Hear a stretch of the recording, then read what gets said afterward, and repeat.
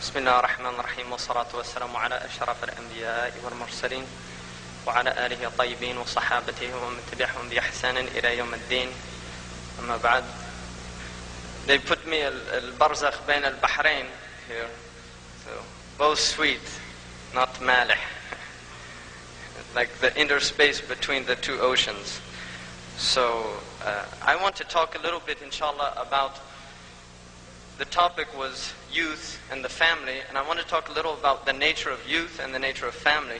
If we look at the world and we look at the nature of ourselves as sentient beings in this world, then the thing that is important to perceive is that we're in-time creatures. In fact, it's interesting that Allah subhanahu wa ta'ala has called the surah or the chapter form in the Quran al-insan.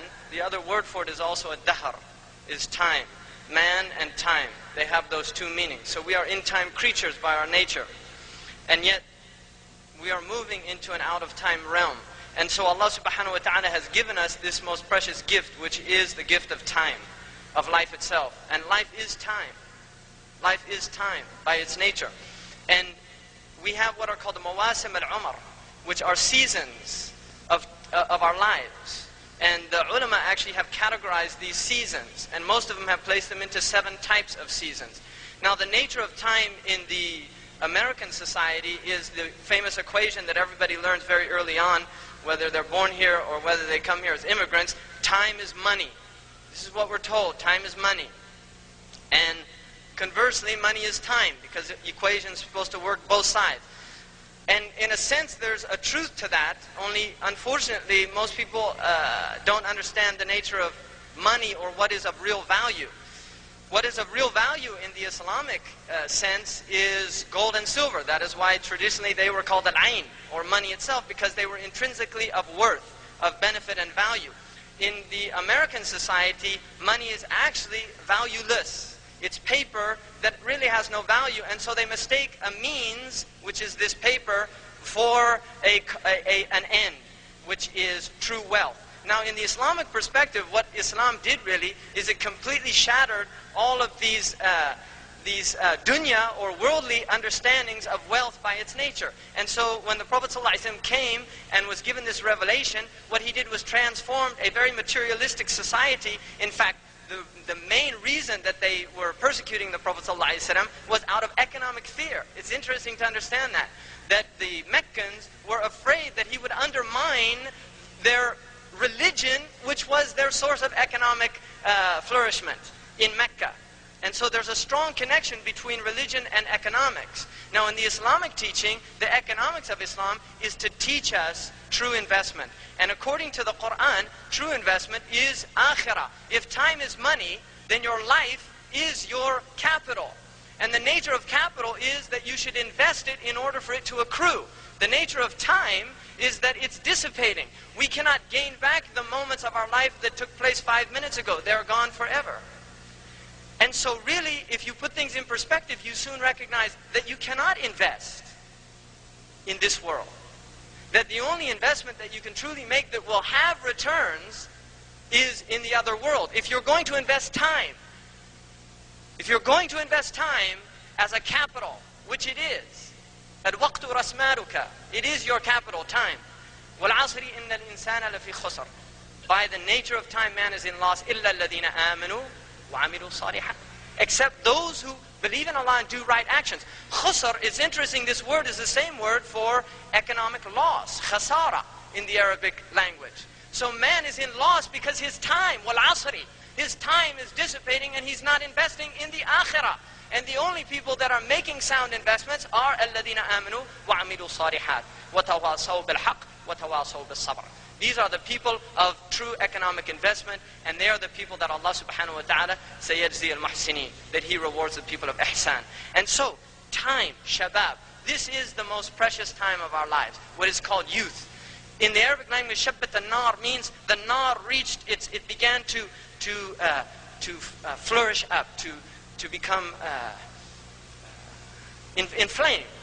And like shabab, youth, it's like a fire. Because wood, the nature of the human being, you see, is like coming out of the earth. This is like a tree. That is our nature. And so this burning time of the youth is a time that if you invest it and you utilize it, when you have that fire, that energy, that zeal, and this is why the Prophet ﷺ again turned all the traditional understandings of the Quraysh and of the Arabs with their whole, they almost worshipped old age. The Prophet ﷺ put Usama bin Zayd at the head of an army when he was 17 years old.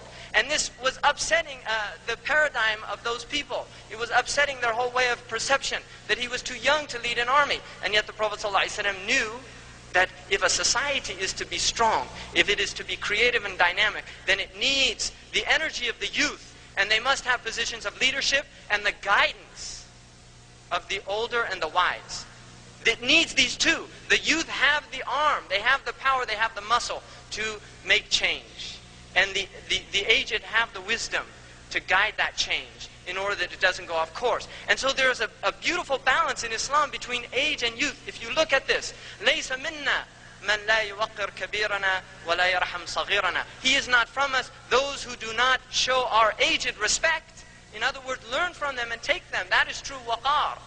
And those who do not have mercy on our youth, that don't show them compassion, that don't recognize that they need to be affirmed, they need to be confirmed in the beautiful ayahs of Quran. And all of the Quran is beautiful when Allah subhanahu wa ta'ala says on the tongue of Ibrahim, وَقَالَ إِنِّي ذَاهِبٌ إِلَىٰ رَبِّي سَيَهْدِينَ. I'm going to my Lord and He will guide me. And then he asked Allah subhanahu wa ta'ala, رَبِّي هَبْلِي رَبِّي هَبْلِي مِنَ الصَّالِحِينَ. Give me from the righteous. Not give me from the wealthy, not give me from the intellectuals, not give me somebody of dunya or worldly rank. Give me from the salihin. And then Allah subhanahu wa ta'ala says, فَبَشَّرْنَاهُ بِغُلَامٍ حَلِيمٍ. We gave him glad tidings of a forbearing son. We gave him glad tidings. Children are bushra from Allah subhanahu wa ta'ala. They're bushra. It is mata'ul hayat ad-dunya. It's the pleasure of this world. Al-malu wal-banun.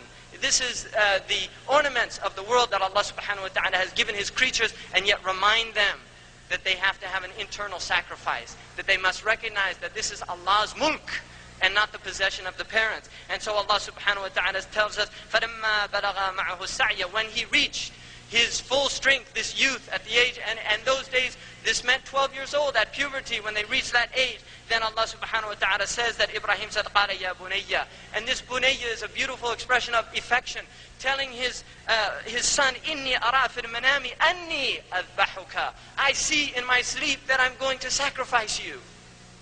I'm going to sacrifice you.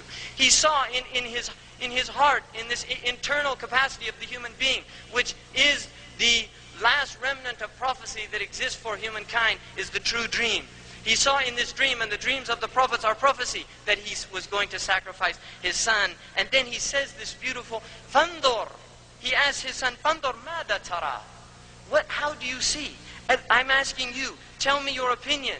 Tell me what you understand of this. And this is not bil-ikhtiyar. The mufassirun say this is not choice, but it is mushawara, in recognizing that he must share this with his son, although he knows he must implement the command of Allah subhanahu wa ta'ala. And what does his son say?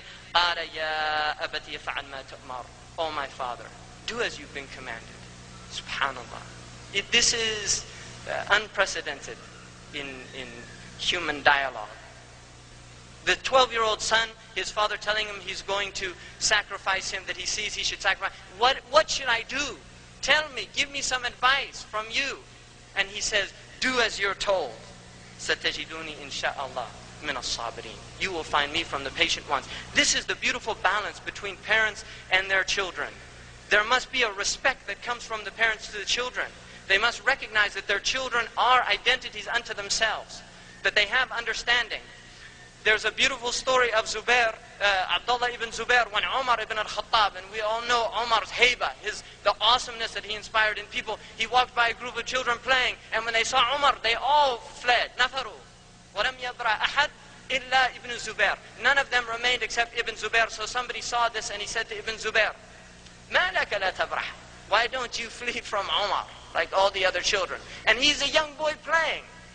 And he says, مَا الطَّرِيقُ ضَيِّقَ حَتَّى أُوَاسِعُهُ لَهُ. The road is not so narrow that I have to expand it for him. وَلَا لِي ذَنْبْ حَتَّى أَخَافُهُ. And I don't have any wrong action that I should fear him. This is a child speaking.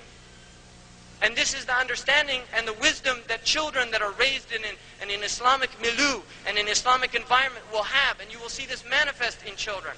When I had the good fortune of living in West Africa in a very traditional cultural environment, of very learned people in the middle of the desert. They were Bedouin people living in tents, but they had very high Islamic education and understanding. And the children there at the age of 9, 10, 11 years old, you don't find the equivalence of those children in their waqar and in their maturity that you find in 40-year-olds in this society, and that is not an exaggeration.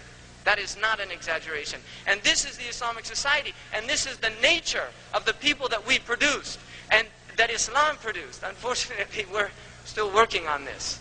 Like the poet of Andalusia said, تِلْكَ آثَارُنَا تَدُلُّ عَلَيْنَا فَانْظُرُوا بَعْدَنَا إِلَى الْأَثَارِ. These are the remnants that we have left behind. So look after we're gone at our remnants. If we look at what the Muslims left behind, we see this extraordinary legacy. We have to understand the secrets of those. The secret of that legacy is that children must inculcate an Islamic worldview at an early age. The first training of the Muslim children was in the Book of Allah, in memorization. And this disciplines the mind in order to absorb massive amounts of information, which is the nature of learning. And then at the same time taking it from people who embody the teaching, and so they learn also a spiritual teaching that goes along with the external information. And this is the nature of youth. Youth is a time of planting seeds, and those seeds will be reaped in the later age, like the Mauritanian poet who said, للمرء قبل 40 أولى له تعلم لوجه المولى وبعد ذا يطوي فراش النوم إلى العبادة كدب القوم. That people before the age of 40, because most of the ulama cut off the age of youth, even though we still have, the Arab love to call, they have great beards, Ya Abu Shabab, how you doing, oh youth, and he's like wearing his abaya with his hookah or something at the age of 65 or something. So the Muslims understood that youth ends at the age of 40.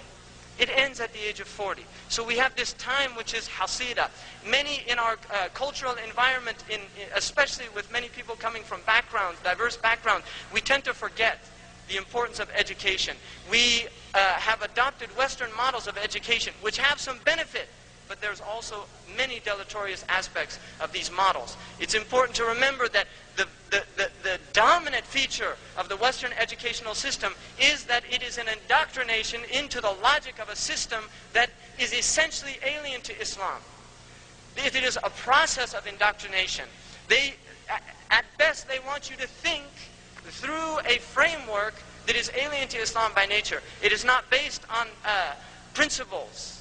You see, it's based on overturning principles, in fact, because if you understand anything about postmodernism and the destructuralists and this modern methodological means, this is all based on completely questioning basic assumptions of any discipline. And the Muslim disciplines, there are certain principles that cannot be questioned. And the foundation of all Islamic knowledge is tawheed. Is correct understanding. These must be implanted in the youth. Now, in terms of moving in this society towards something dynamic, something happening, and this has been reiterated again and again, Dr. Sakhar mentioned it, we have to get out of the doctor-engineer mode of thinking. There is a whole world out there. There are universes of discourse.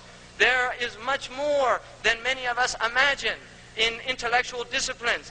The Muslims were people by their nature, they took in all knowledges. The Prophet ﷺ said, "Al-hikmatu ضَالَّةُ الْمُؤْمِنِ أَنَّا وَجَدَهَا فَهُوَ أَحَقُّ بِهَا."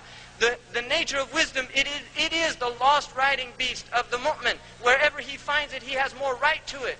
And this is a signal from our Prophet ﷺ that we should seek knowledge. In the hadith that some people, there's some weakness in it, but Ibn Abd al-Barr, Hafidh al-Maghrib, mentions it in his book, Kitab al-Ilm, Jami' al-Ilm wal-Hikam. He mentions the hadith, "Utlub al-ilm walaw fi as-Sin." And the principle is sound anyway, that we should seek knowledge even to China, that there are things to learn. And so we have to expand, we have to enter into disciplines in this culture. We have to enter into the academic world to begin to give people different alternative structures, alternative ways of viewing reality itself. And this is now acceptable within their present methodological framework. So we have to understand that. We have vast opportunities here. We have incredible opportunities in this country. And the reality of it is we are here. We are a presence, and we must begin to recognize that we are a presence in this country. We are a strong presence. We have to recognize that. And if we affect change here, change can be affected across the world, because we are in, you see, the dominant culture, this world culture. We are in it now. We are in the house of the spider, Bayt al-Ankabut. We are in it. And let us not be flies. Let us not be flies, but let us give people a different approach or a way out. And this is what Islam does. I believe that the likening of the Muslims now in the Western Hemisphere is similar to the presence of the Christians in the Roman Empire. When they went to Rome, to the very heart of darkness in that period of time, they went into Rome, and within a very short period, the whole Roman structure was turned upside down, and Christianity became the religion of the state. This is what happened because of Christians that were willing to sacrifice for their deen. These people watch them being eaten by lions. I mean, this is reality. This is historical fact. People watch these people giving up their lives for what they believed. Then they saw this sacrifice, and the religion changed. The danger of this situation is that the dominant culture can co-opt a religion and turn it into something else, which is what happened to Christianity. This is the unfortunate situation. We must guard ourselves of compromising our deen. As families, this is the unit that will allow the preservation of Islam in this country. Any religious group that has immigrated to this country and maintained any presence, it is because of a strong, basic family environment. And this is true of the Jewish people. It's true of all of the other religions that have survived for any length of time. We have already lost people. We will continue to lose people. Unfortunately, this is the reality not simply of America, but of the entire world situation that we are in. You are as much at risk of losing your child in Peshawar, or in Cairo, or in Baghdad, or in any of the Muslim capitals of the world as you are anywhere else. I mean, this is the reality of the age we are living in. And so we have to, at some point, completely trust in Allah subhanahu wa ta'ala. Like the mother of Musa who had to throw her child into the river. Into the river. And this life by its nature is a river. The secret of Musa alayhi salam, from amongst his secrets, is that Allah subhanahu wa ta'ala raised him in the house of Fir'aun. Those immigrants who have immigrated here, your children are being raised in the house of Fir'aun. They are the children that will be able to perceive the illusion that Fir'aun has created. The illusion that Fir'aun has created. And unfortunately, this illusion is still affecting the Muslim masses in so many of our impoverished countries. So our children that are growing up in this country will have a different perspective. They will not fear the Fir'aun, as Musa did not fear the Fir'aun, because he saw him when he ate. He saw him when he had to go to the toilet. He saw him in his humanity. He saw him with his weaknesses. He was a short man. He was a short man. My Shaykh used to say, كيف يدعي الألوهية من كان النقص فيه بينا? How can somebody claim divinity when his deficiency is so clear? That's not some people would take that as politically incorrect. I'm not making any statements about short people. That was one of my, when I went to Hajj, because Americans are so big, and I was raised in a vegetarian family, so I didn't get those hormones that make me so big. But when I went to Hajj, I kind of, for the first time, felt like I was towering over people. It was interesting, because all these Muslims still eating traditional food, so they're at normal heights. And there I was, 5'9", looking like a giant amongst all these Indonesians and Malaysians.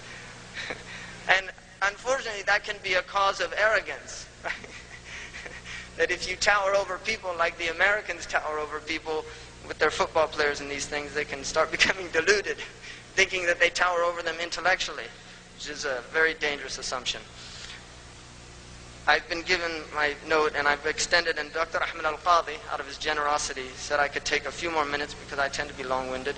But in the end of the day, in the final analysis, to quote John F. Kennedy, we're all mortal, and we're going to die. And we have to recognize that our children are not only worldly beings, but they are otherworldly beings, and we have to invest in our children, you see. And the investment has to be an akhirah investment. The best thing that you can leave behind in this world is waladun salihun yad'u laka, is a sound child, a righteous child that does dua for you in the akhirah. And then the last thing I'll say is that people must remember Our children have rights. In fact, the ulama said that Allah has reminded parents of rights before He reminded children of their rights to their parents when He said, لا تقتلوا أولادكم خشية إملاق. Don't kill your children out of fear of provision.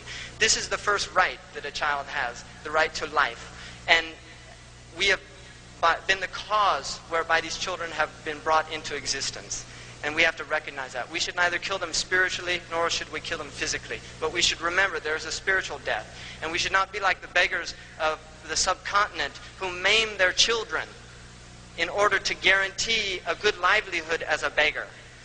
We can, by forcing our children to go into disciplines that they are not inclined to by nature, we can break their spirit. And we can maim them internally in order to, in our own minds, to preserve or to protect for them their livelihood that Allah subhanahu wa ta'ala has decreed for them in the wombs of their mothers. أقول قولي هذا واستغفر الله لي ولكم ولسائر المسلمين.